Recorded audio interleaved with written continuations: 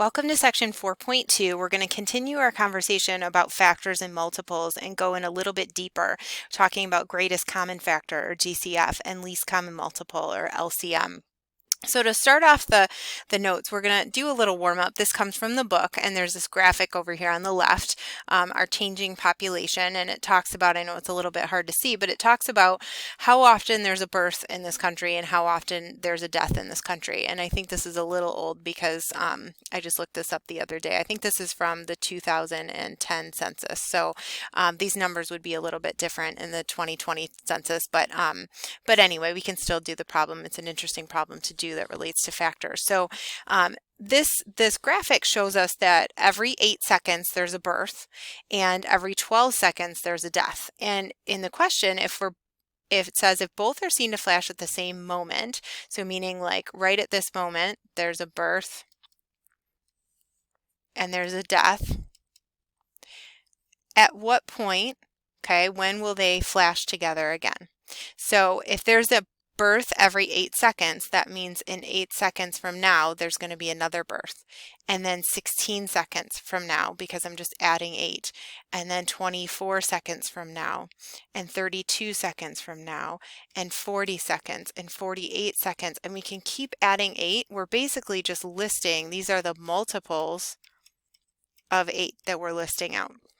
Okay, and then with the deaths, if a death is happening right at this very moment, then in 12 seconds from now, we're going to have a death, and then 24 seconds, so I'm just adding 20, or I'm adding 12, and then in 36 seconds, and 48 seconds, and in 60 seconds, dot, dot, dot. So these are the multiples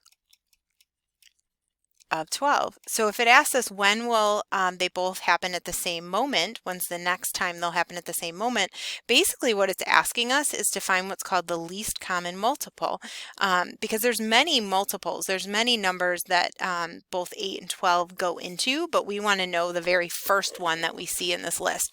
So the first set of common numbers that we see in the list is 24.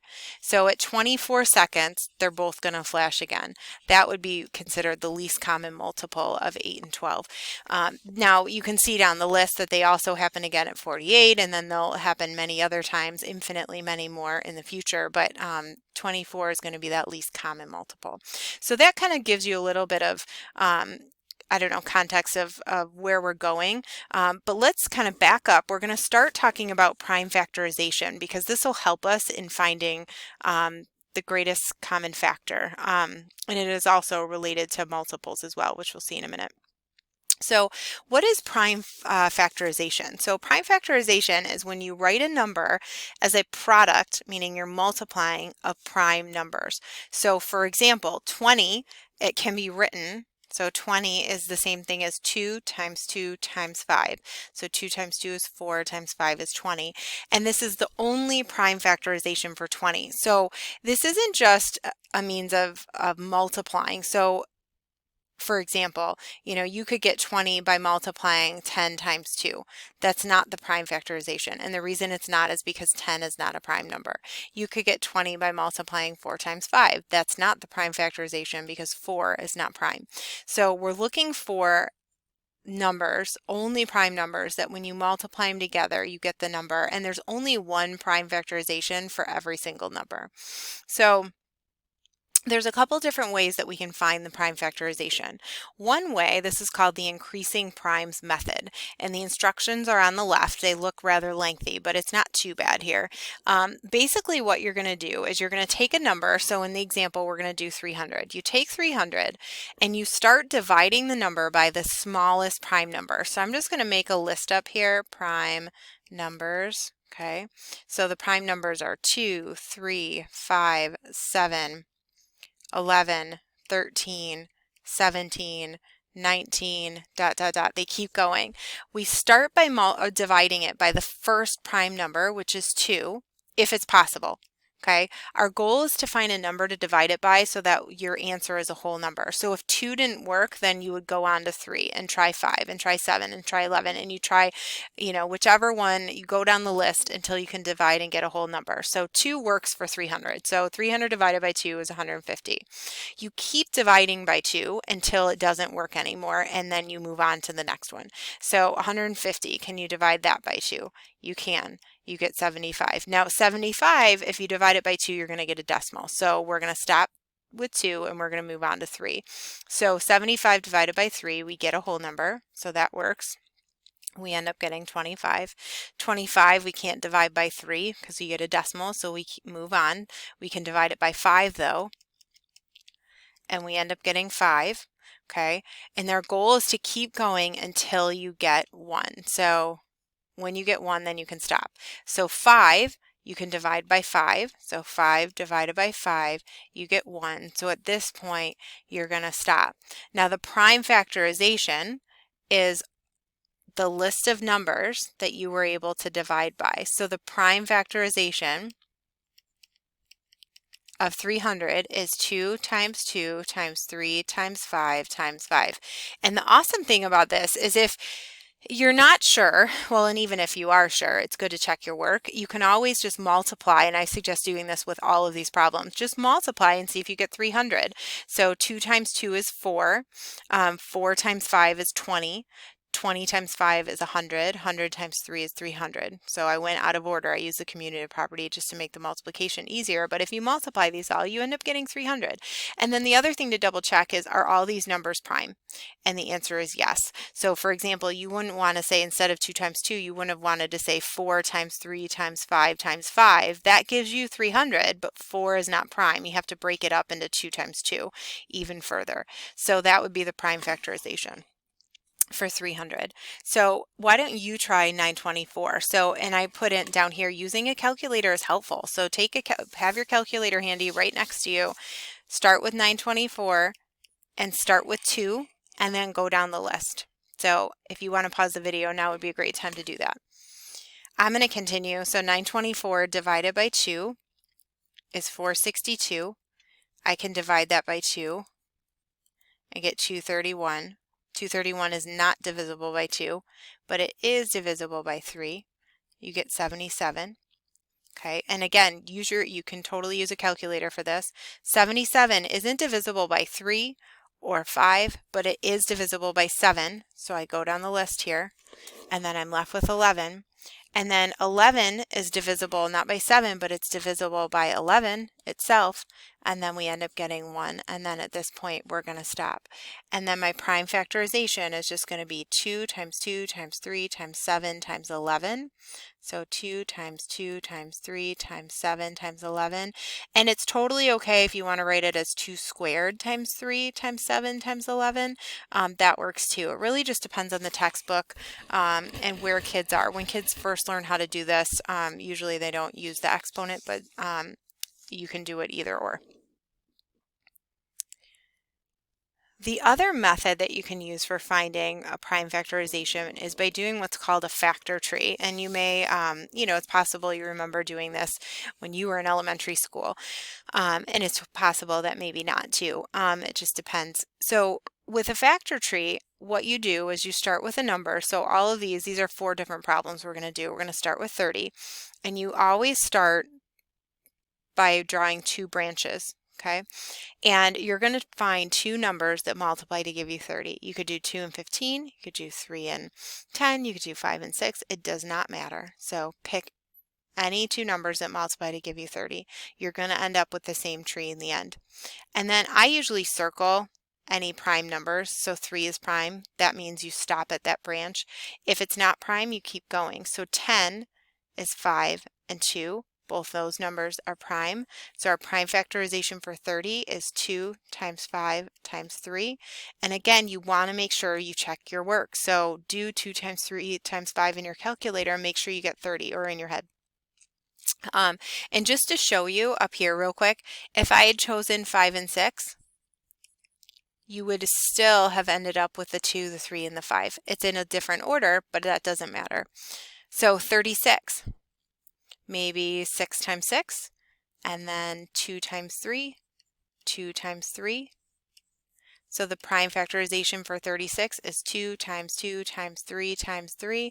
And notice I wrote the 2's together and the 3's together, but really its multiplication is commutative. So any order will work. You don't have to put them in a specific order. All right, so let's do 126. And this would be a great place to pause the video and maybe try the last two on your own to make sure that you understand how to do those. So 63 is 9 and 7. 7 is prime, so I circle it. 9 is 3 times 3. So the prime factorization for 26 is 2 times 3 times 3 times 7. And again, multiply that all out. Make sure you get 126. And then last but not least, 300. We could do maybe 3 times 100. 10 times 10. 2 times 5. 2 times 5. So for 300, it looks like we have 2 2's, we have a 3, and we have 2 5's. And again, if you want to write it with exponents, like that, that works too. So I'm just going to write either or. So we multiply it, make sure we get the number that we started, and then we also look and make sure every single number in that list is prime. And if you're struggling figuring out if something is prime or not, just keep the list of prime numbers handy. So write down that list and then you know, look at it while you're doing your factor tree. So we talked about in the beginning with the census problem, we talked about least common multiple, and I mentioned that factors and factorization related to multiples. Let's kind of look at that a little bit further. So let's look at 30. I'm going to list out the prime factorization. We just did this problem above, so it was 2 times 3 times 5. And 36 we found out was 2 times 2 times 3 times 3. Let's consider all of the factors of 30. So I'm going to do the rainbow factors. So 1 times 30 is 30. 2 times 15 is 30. 3 times 10 is 30. And 5 times 6 is 30. So we've got 1, 2, 3, 4, 5, 6, 7, 8 different factors. One thing that's interesting is let's look and see how we could get these numbers by using prime numbers. So 1 is just 1 times 1. 2, 2 times 1. 3 is 3 times 1, or 3. 5, 5 times 1. 6 is 2 times 3. 10 is 5 times 2. 15 is 5 times 3. And then 30 is 2 times 3, which is 6, times 5. Okay, and if you look at the prime factorization over here, basically if you take every single combination of these numbers together, so the 2 and the 3, the 2 and the 5, the 3 and the 5, the 3 and the 2, I already said that, the 2 and the 3 and the 5, and then all of them separately, you get all of the different factors for 30. So every single factor of 30 can be written with some combination of the prime factors that we listed out in the prime factorization. So same thing with 36. If we write down those factors, so 1 and 36 gives us 36. 2 and 18, 3 and 12. Whoops, I said 12, wrote 16. There we go. And then we've got 4 and 9.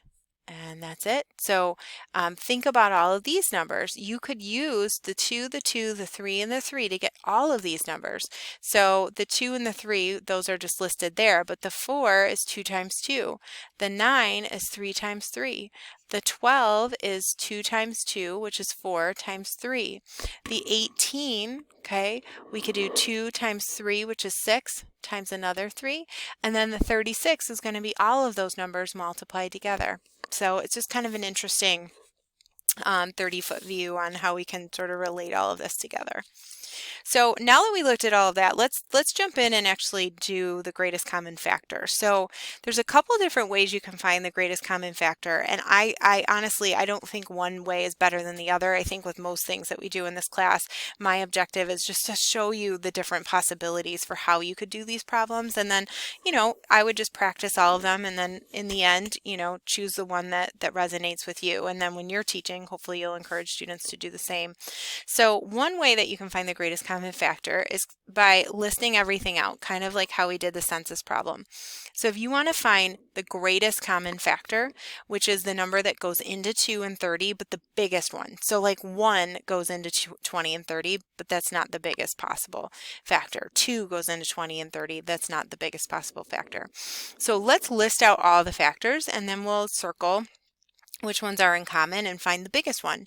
So I'm going to do the rainbow factors. So 1 and 20 make 20, 2 and 10 make 20, and then we've got 4 and 5 make 20, 1 and 30, 2 and 15, 3 and 10, and then 5 and 6. And then look at this list and identify, well, what are some common factors? It looks like they both have 1 in common, they have 2 in common, and they've got 10 in common. So 10 is going to be your greatest common factor. Okay. So pros and cons of this method. So I think this is really simple, which is nice, but the downside is it can be tedious. I think this is a really great way to start with students though, because it enforces just finding the factors and doing the rainbow factors, which I think is good practice for them anyway. Another great way to do this, and especially like if you have a Cuisenaire rod set in your classroom, is to use those rods. So I'm going to draw a picture on the paper, and then we can also use this virtual Cuisenaire rod set too. So it says find the GCF of 8 and 6 using Cuisenaire rod. So let me go ahead and I'm just going to pull up that. Okay, so we've got the virtual Cuisenaire rods here, and what I'm going to do is I'm going to pull up the 6 and 8. I like to do them vertically. Or I'm sorry, horizontally. Okay, so we've got the 6 and the 8, and then to illustrate the different factors, all we need to do is go through the numbers and see if we can make a train that's length 6 and length 8. Now we can absolutely do it with a 1. I'm going to start and just do it with the 2.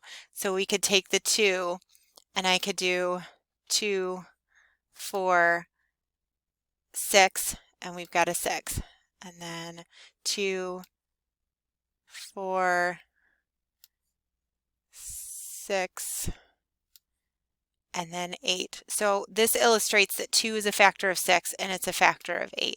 Now you can go through 3, you could use 3 to make 6, but you're not going to be able to use 3 to make 8. So that's not going to work as a greatest common factor. You could use 4 to make 8, but you're not going to be able to use 4 to make a 6 because it would either be too small or too big. So then we could keep going. We could go up to 5, we could go up to 6, we could go up to, so 6 is obviously goes into 6, but that's about it for those. And so what does this show us? So it shows us that 2 is the greatest common factor of 6 and 8 because it is the biggest number that goes into both 6 and 8.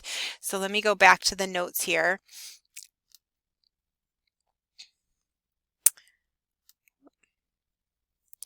And we can write that on our paper as well. So the way that you would write this if you wanted to jot it down would be to, let me just get my pen figured out. You could draw a rod that's 6, you could draw a rod that's 8, and then you could draw pictures of 2, 4, 6. So 2 goes into 6, 2, 4, 6, 8. And this would show that the greatest common factor of 6 and 8 is 2. Now, the nice thing about this is super visual. So if you got the rods, it's great for kids. They like using the rods. One downside, as you can probably imagine, is if the numbers are super big, it makes it a little bit trickier. So I originally had this problem. I had some bigger numbers, and then I realized, with the virtual rods that they wouldn't even fit on the screen. So, so it's really good for smaller numbers. And then as you get bigger, it's probably not the most efficient way, but still a great method. So C, find GCF of 20 and 30 by using factor trees. So here's another method that I like a lot because it gives you more practice doing factor trees. Although this method, I think you do less thinking about what you're doing, so I think that's a definite downside. So let's do a factor tree for 20. So 20 is 2 times 10, or you could do 4 times 5. Remember, it doesn't matter. 10 is 2 and 5. And then 30, we could do 3 and 10, and 2 and 5. And then what you do is you list out, I like to make a chart, and I list out the prime factorization for each number. So 20 is 2 times 5, and 30 is 2 times 3 times 5. It helps if you can put like numbers on top of each other. I think visually that helps. Anytime they have a common factor, you can pull that down. So they have a common factor of 2, and they both have a common factor of 5. So you can multiply those together to get 10, because if they have a common factor of 2 and they have a common factor of 5, then they are also going to have a common factor of the multiple of those two factors, which is 10. So the greatest common factor is 10. So just to review the method, you list out the prime factorization, you pull down any common factors, you're only writing those down once anytime they have something in common, and then you multiply them together, and that's going to give you the greatest common factor. Okay, it is possible that there aren't any greatest common factors in the list, in which case the greatest common factor would just be 1, so that is possible. So let's do some examples. So this would be a great place to pause the video and try these on your own. So I'm going to make a factor tree for 180.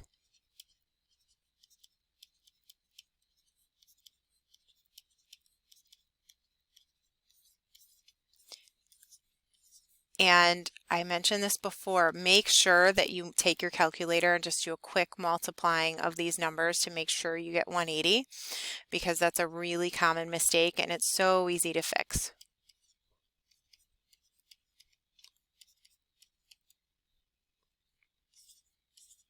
Okay, once you have these out, then we're going to list the factors in our chart. So 180 is 2, 2, 2 times 2 times 3 times 3 times 5. And then 220 is 2 times 2 times 5 times 11. And then we're going to identify any common factors. So we've got a common factor of 2. We've got another common factor of 2, and it looks like there's a common factor of 5. So we're going to multiply those. So 2 times 2 times 5 gives us 20. So the GCF of 180 and 220 is 20. Again, you could just list out the factors. So for 180 and 220, you could list out all the factors of 180 and all the factors of 220, do the rainbow factors and find and do it that way. It might take, it actually might not even take any longer. It might even be shorter. You never know. So that's another way to do it. The GCF of 92, so let's start with, I'm going to do a factor tree for 92. So let's see, we do 2 and 46. 2 and 23, and then 136 we could do 2 and 68, and 2 and 34, and 34 is 2 and 17. And then I'm going to list them out in the chart. So for 92 we've got 2 times 2 times 23. 136 we have 2 times 2 times 2 times 17. So it looks like we have a common factor of 2, another common factor of 2, and that's it. So 2 times 2 is 4 would be the greatest factor for those.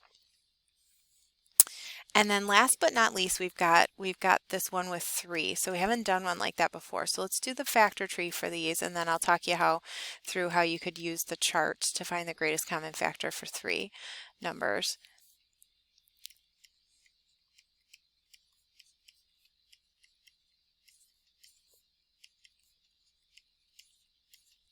Okay, so now I'm going to list them all out. So I'm going to do 14 is 2 times, actually, you know what? Let me wait on that.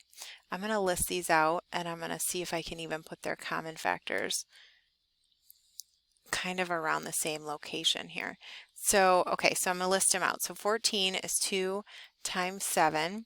34 is 2 times 17, and 60 is 2 times 2 times 3 times 5. So it looks like they have one common factor of 2. So you're looking for a group of 3, a number that they all have in common. If, let's say, they had 2 numbers in common, so or maybe 2 of the numbers had the same number, that wouldn't work. You're looking for a common factor amongst all 3 numbers, so it's got to be in all 3. So this GCF here is only 2. And you would do just like the other numbers. If they had more than one triple in common, you would multiply those all when you were done. So let's go ahead and jump into least common multiple. So what is least common multiple? So let's talk about multiple first. So just review on that. So a multiple is a number that you get when you multiply a number by something. So least common multiple of 3, we could list those out, would be like 3 times 1, 3 times 2, 3 times 3 is not 3, it's 9. 3 times 4 is 12, 3 times 5 is 15, and we could list off, so these would be all of the multiples of 3, and they keep going. The least common multiple would be a multiple that they have in common, but the smallest one. Okay, you can always get a multiple by taking the 2 numbers and multiplying them together. So in this case, we know that 30 is a multiple, but sometimes there's a multiple that's less than that. So let's list out all the multiples of 10 and see if we can find one less than that. So we've got 10, 20, 30, 40, ... and it looks like there isn't one. So in this case, the least common multiple is going to be 30, because that's the smallest multiple that both of those numbers have in common. And there are many multiples if this list kept going, kind of like the census problem in the beginning, but we are looking for the smallest multiple. Just like with factors, we can use Cuisenaire rods. So let's do an example. We're going to find the least common multiple of 2 and 7 using the Cuisenaire rods. So let me just go ahead and I'm going to pull up those rods again. So I'm going to pull up a 2, and then I'm going to pull up a 7. And the goal this time when we're finding the least common multiple is to figure out, basically we're trying to make the same size train with the numbers that we're given. So for example, like in this example, we've got 2 and 7. So what I'm going to do is I'm going to keep building with the 2's. So this represents 2, 4, 6, 8, and notice my trains are not matching here. So what I'm going to do is I'm going to go and I'm going to get another 7, and I'm looking to find a train that's the same length. So let's see if I do. I'm going to add another 7, and then I'm going to continue with the 2's. And some of these are faster than others. And as you can see, we end up finding a train that's the same length. So, and this is the shortest possible train. Now we could keep going and find other trains that are the same length, but this is the shortest possible train that we can make from 2's and 7's. And what did we do? Well, we made a train that's length 14. So we took 2 7's or 7 2's, and that shows us that the least common multiple for this train is 14. And then on paper, this is how you could draw it. So you could draw a train, we'll call this 7 and 7, and then the same length with 2's. So 2, 4, 6, 8, 10, 12, 14. I did 2, 4, 6, 8, 10, 12, 14. Let's do this.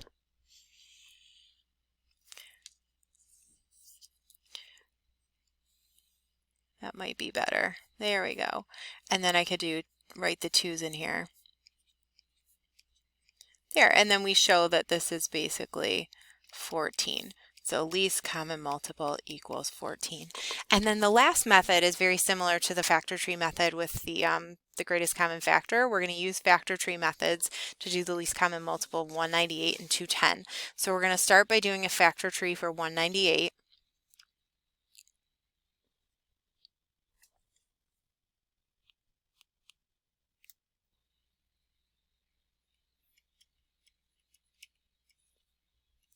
Oops, I didn't mean to circle 9 there. It's easy to do. And you know, that's a hard mistake to fix too, because if you circle 9, you end up, if you multiply 2 times 9 times 11, you end up getting 198, but you always have to make sure that your prime factorization is just prime numbers. So that's the other thing you want to check at the end. So 210 is 2 times 105, and then 5 times, let's see, 21 there. And then 7 and 3. Okay, and then again, make sure all these numbers are prime, which they are, and then they all multiply to give you 210, which they do. So then what we're going to do is we're going to make our chart just like before, so 198 and 210, and then we're going to list out our factors. So 2 times 3 times 3 times 11, and then this one is 2 times 3 times 5 times 7. And then we're going to find if they have any factors in common. We're going to take that pair and we're going to just write that down once. Okay, and I just want to back up and start by saying we could find a multiple by doing 198 times 210. That's a very easy way to find a multiple. And we'd get that by taking every single one of these factors, 2, 3, 3, 11, 2, 3, 5, and 7. If we multiply those all together, we would get the 198 times 210 number. That is a multiple, but what we're trying to see is if we can find one that's smaller, the least common multiple.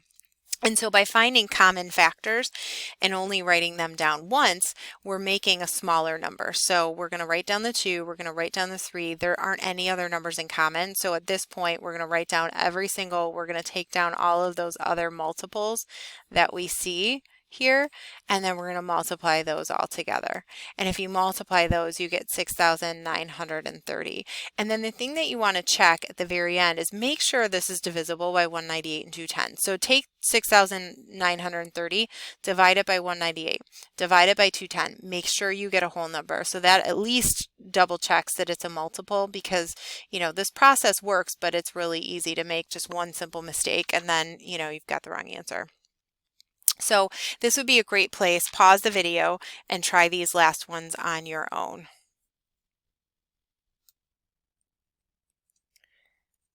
So I'm going to do a factor tree for 28, a factor tree for 44, and then I'm going to list out my prime factorization in my chart. So I've got 2 times 2 times 7, and then 2 times 2 times 11. And then I find the common factors. So I have a common factor of 2, another common factor of 2, and then I still have to include the 7 and the 11 because I'm looking for a common multiple.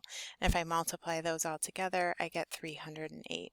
And then before you stop, make sure that 28 goes into 308, 44 goes into 308, and that'll be a good way to check your work before you move to the next problem. Okay, so the next one, we're going to do 21 and 40. So I've got 21 would be 3 and 7, and then 40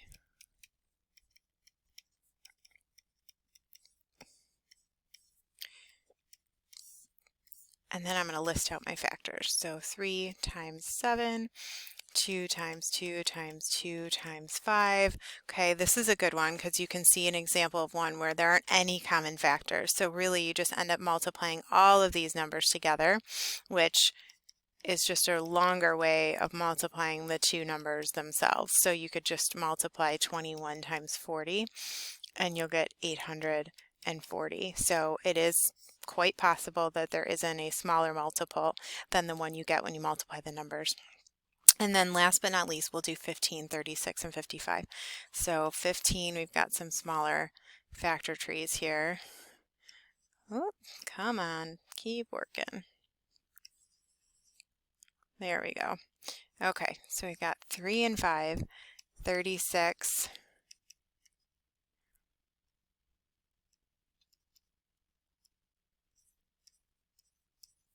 and then 55 is 5 and 11. So I'm going to list these all out. So 3 times 5,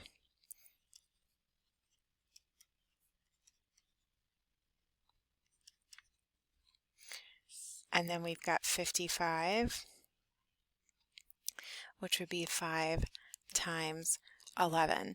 Okay, so this is a good example because we've got this scenario where the 15 and 36 have a common factor of 3, but the 55 doesn't.